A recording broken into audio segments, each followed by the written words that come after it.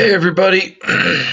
Sorry that this video is going to sound and look very different, but as you can see, I am sitting in the Hyatt Regency in Chicago, Illinois, and I wanted to throw a quick little video together for all of you. This is going to be kind of fun, kind of cheeky. Uh, the whole Ryan Day dyes his beard resurfaced yesterday when Outkick's Clay Travis had the following video that he posted that I'm going to play for you in just a second. I'm going to respond to that video. Nina Day responded to that video, and then I'm going to share with you at the end of this video.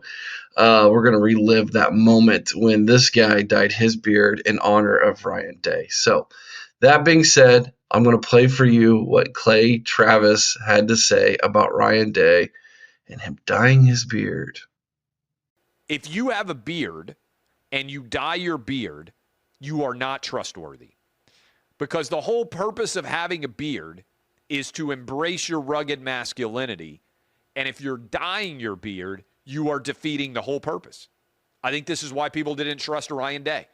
I think Ryan Day's approval ratings would go up 1,000,000,000%. Congratulations on the national title. If you really want to be beloved, don't dye your beard.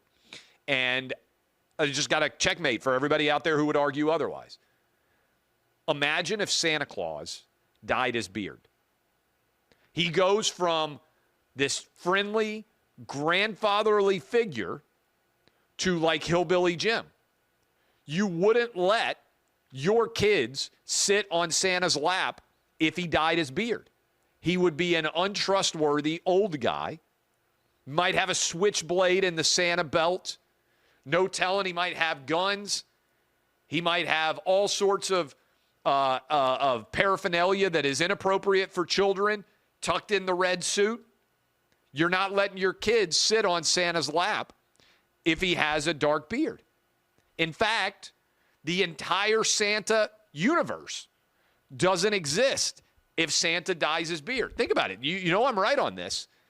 The white beard connotes wisdom, safety, friendliness, that you've been through the battles and you are the avuncular grandfatherly figure. If you're dyeing the beard, you can't be trusted. There's no telling what you're hiding. Same thing is true for everyone else. Santa wouldn't exist if he dyed his beard. Men do not let other men dye their beards. And if you are out there right now, by the way, I'm not even criticizing the hair thing.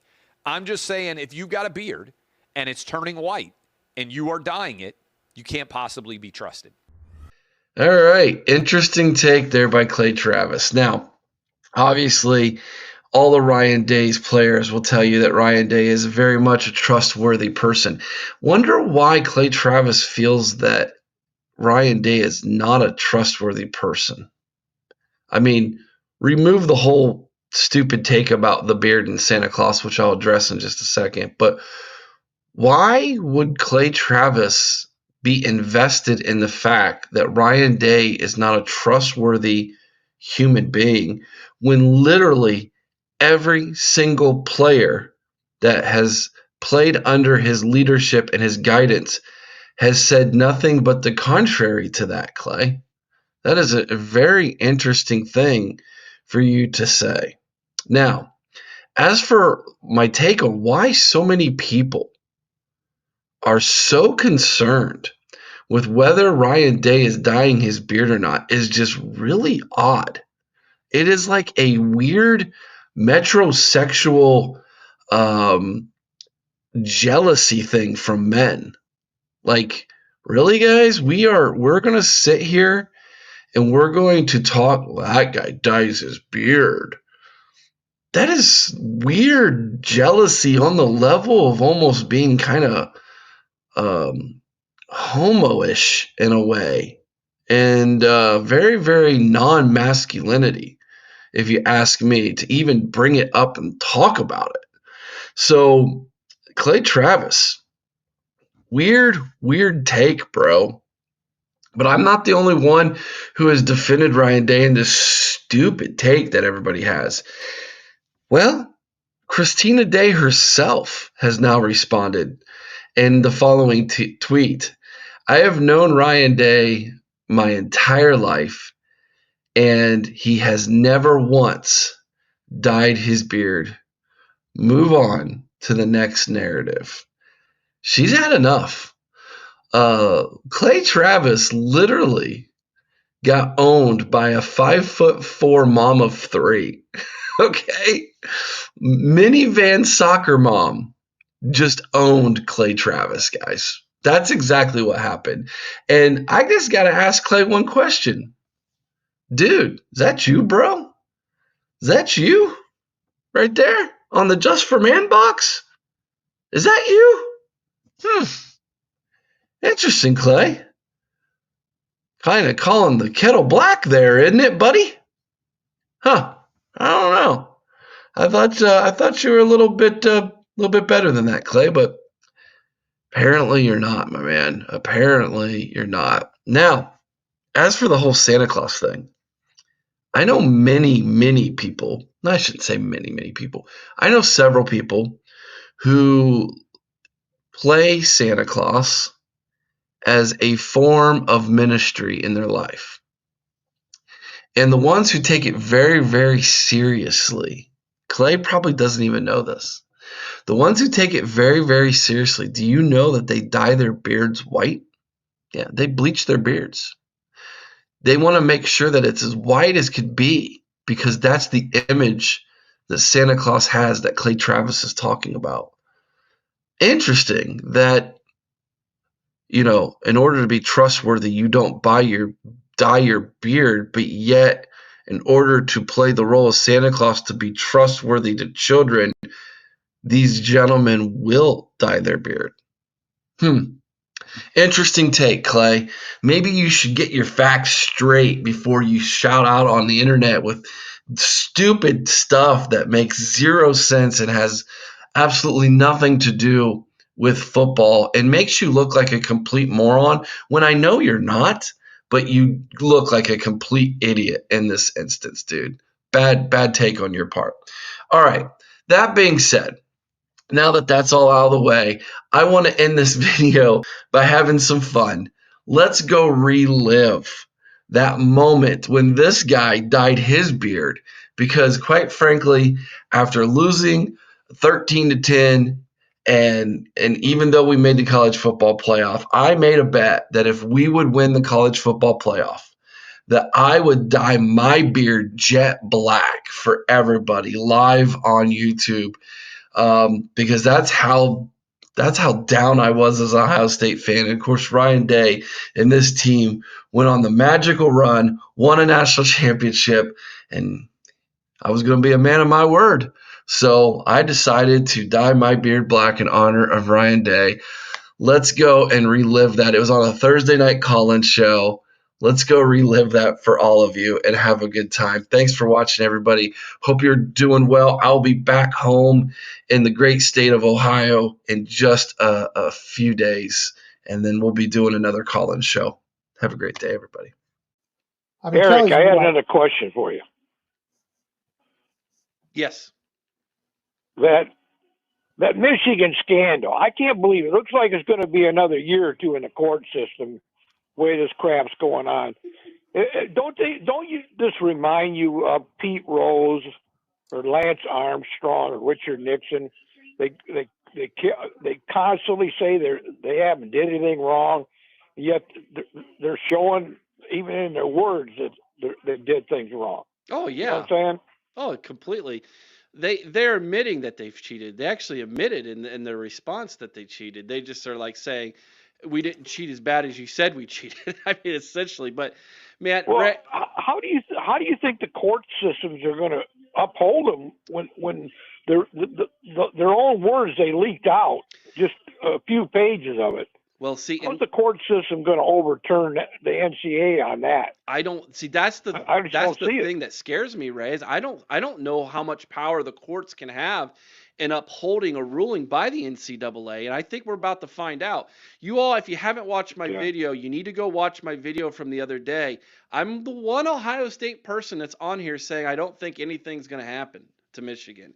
I think I could be wrong. I want to be wrong. I want them to get the hammer, but I have zero faith in the NCAA. And like I said, this is to me kind of going to be like the the the last stand in the Alamo. Remember the Alamo or the gunfight at the OK Corral. Like someone's going down Right. here. Either Michigan's going down or we're seeing the death nail put into the NCAA. Because if Michigan fights the NCAA and they win, what is the NCAA? They are a toothless, Do, spineless organization. No one's ever going to listen to them again. do we figure that I don't the have much big faith in that. I don't have much faith in the court systems either. And I'm going to tell you, Michigan's probably going to appeal this into Michigan, so they can get a bunch of judges rule in their favor because they're Michigan football fans. If the NCAA has any guts with all the evidence they got or whatever, what it looks like, they should take this all the way to Michigan, the Supreme Court, because Trump's got a lot of people in there. Don't you think that the Trump judges would rule in the NCAA's favor, or do you think they'd rule for Michigan's favor? Ray, I honestly don't know. I would like to think that they're going to rule on the side of the rule of law, but here's my thing. I almost wonder if the Big Ten schools themselves wouldn't have more power in this thing than the NCAA or the NCAA does. Just say, listen, we're not going to play you. We're not going to give you a forum if you don't accept your punishment. Yes, they're a blue blood brand, but Yeah, are they really? Are they really? I yeah. mean, I go ahead. I just feel like this is something that, yes, by all means, fight it in court. But I just think that the problem is that the schools in the NCAA have not come together. I think if you get the Big Ten and the NCAA on the same page and say, listen, this is what is happening. And if you don't want to deal with it, screw you. We just won't let you play any of our teams. I mean, and that needs to go through the whole NCAA. Just make them an outcast. Say, listen, you're either going to that's Wouldn't you exactly think the the way I Big approach it. Ten, the They are. Southeastern Conference, all these teams could get together and tell them that they gotta stay on course. If they lose in one of these cases, take it all the way to the Supreme Court because Trump's got a lot of people in there. It seems like they would rule in NCAA's favor, wouldn't they, over Michigan or what? I if you're following the rule of law, yes, they should, but I just don't Right. know. I just you just never know. Um, No. but for me, I think the real power lies with, like you said, the two super conferences and the NCAA. If they come together and they make a stand Right. and just say, listen, you're going to abide by this, or we're going to just basically, for all intents and purposes, boot you out without booting you out. You know, we're going to blackball you. You're never going to play an NCAA game again. That's what needs to happen. This doesn't even need to be messed with in the courts. They just need to the two super conferences and the NCAA come together and make a stand. Hey, Eric, can you pull up when you get time the Ohio State schedule for next year and the Bullies schedule, Michigan? I'm just curious. I know they got to play at Oklahoma next year. I just wonder if they had any other tough games on their schedule. I still can't figure out how we ever lost to them, and I can't figure out how Alabama, with 12 players out for Michigan, they still couldn't beat them. Alabama must be going to go down the hill in a hurry, the way it looks for this new coach. Well, they've lost a lot. They've lost a lot. I mean, not only did you lose your coach, but I mean, let's face it. I mean, they lost a lot through the transfer portal. So I went ahead and Yeah, pulled up their schedules for you. yeah. Um, and The Michigan's Bully schedule, they schedule start in out at Ohio home with State. New Mexico. Yeah, the first one's Michigan. It Yeah. starts out with New Mexico, then at Oklahoma. Then their Okay. buddies from Central Michigan come to town. Then they're at Nebraska. Then they host Wisconsin. Then they're at USC. Then they host Washington. Then they're at Sparty. At Then they where? host. My God, this is the easiest schedule I've ever seen. They host Purdue. Yep. Then they're That at game. Northwestern, at Oh, Maryland, and then they host Ohio State. They don't play. I mean, as I'm looking here, Ray, at Michigan's schedule, maybe at USC is probably their most challenging game before Ohio State. How about Oh wow! Oklahoma? Do they And have then any players back next year? Oklahoma is in trouble. The only thing they've got going for them right now, Ray, to be 100% honest, is the fact that their coach is on the hot seat. So there's a chance that maybe Yeah. they may try to do something, for that purpose. But they do not have a lot. The worst thing Oklahoma could have done was go to the SEC, because I'm going to tell you right now, they are a mid SEC team. All right. Have any of you guys ever seen Trailer Park Boys? I sure have, Julian. I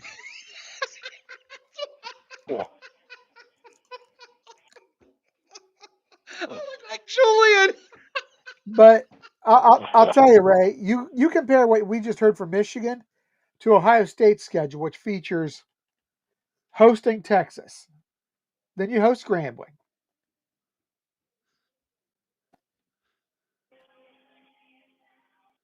Okay, The so Huskies. You get Minnesota at home. What's that? You're breaking up again, Chris, man. That's what Texas and Minnesota. You have Texas, Grambling, then OU.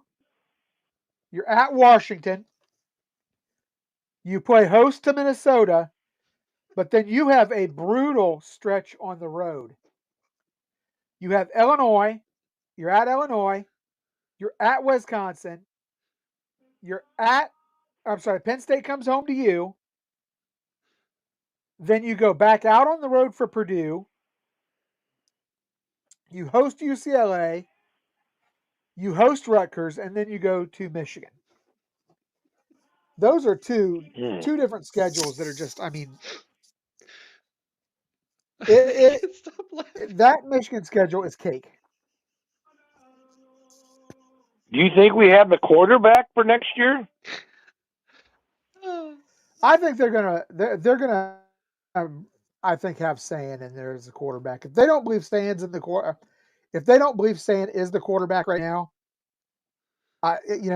they might try to reach out in the portal, but I don't think there's anything out there right now that's going to be better. I don't think, even though he's really gifted, I don't know that they would risk starting Sinclair, because he's physically gifted, maybe the most physically gifted quarterback to ever come into Ohio State. But he's just, the game is so much faster at this level than it is at the high school level in Ohio, especially when you consider, I mean, Bell Fountain, what are they, Eric? Are they 2 or 3? 3. All Yeah, right. they're Division 3, so they're even top tier high school football. Hey, we got another week. Is the recruiting thing still the first week of February? Yes, there's another Yeah. signing day. Yes, so First Wednesday of February, right? I think so. Yeah. Are we going to get? We going to get a couple more defensive linemen, or I don't know that we're going to get a our couple more depth defensive back, or linemen in this because we lost recruiting. I don't think we're going to get a defensive couple more linemen? in this recruiting class. They're going to be from the portal, is what it'll be. All right, Ray, I gotta go, man. We gotta take another phone call, brother, and then I gotta wash this stuff out of my beard. I don't want it to sit in too long. All right, Ray, Leave it. appreciate Looks your call, good. buddy. Thanks for that shirt. All right, I'll be sending it to you. OH. Okay. Hey, Sarah. Oh, hey, Sarah. Let's get those eyebrows Kyle. done next. Go Bucks. All right, dude. All right, I got to go watch this out. I'm gonna bring Tyler on, and then I'm gonna run down, and then I'll be about 10, 15 minutes, Chris. All right. I want those eyebrows black when you come back up. It ain't happening. It ain't happening. Come Tyler, what's on, up, man. buddy? All right, Yeah. so we've had a lot of people hop in and hop out of the queue since then, but I got Chris. Here we go. You ready for this? What do you got for us? Who do I look most like? Here we go. So there's what I was going for. You know what? It's even darker than what I just did. Yeah, you need to darken it up more. I might have to put a second application on to be Ryan Day. All right. How about this one? Oh yeah, brother. Oh, yeah, it's the macho madness. We got that one. This is probably the worst one. Got Julian from Trailer Park Boys. Although his was a goatee, it This is wasn't a go too. beard. You have to. Let's get Sarah out there with the straight razor. Let's finish this off, man. I gotta, you gotta have a. All right, and this one, don't laugh, everybody. This is scary. This is my dad when he was younger. See if it'll transition over. There we go. That's my dad, and that's little Eric in the bottom right hand corner there, man. With they used to call me the blonde bomber, but Oh, what my a dad's cute black kid. What mustache happened? there. Here we go. What do you think? Nah, No, nah. still darker. He wore it better. He did wear it better. My dad's 1980 stash was pretty epic. There it is. We got a winner. I'm telling you, the cut's even about the same down there in the length. Ah! Oh There it is. my gosh! Hearing you laugh. Winner, winner, chicken dinner. There it is. Oh my gosh! Spot on.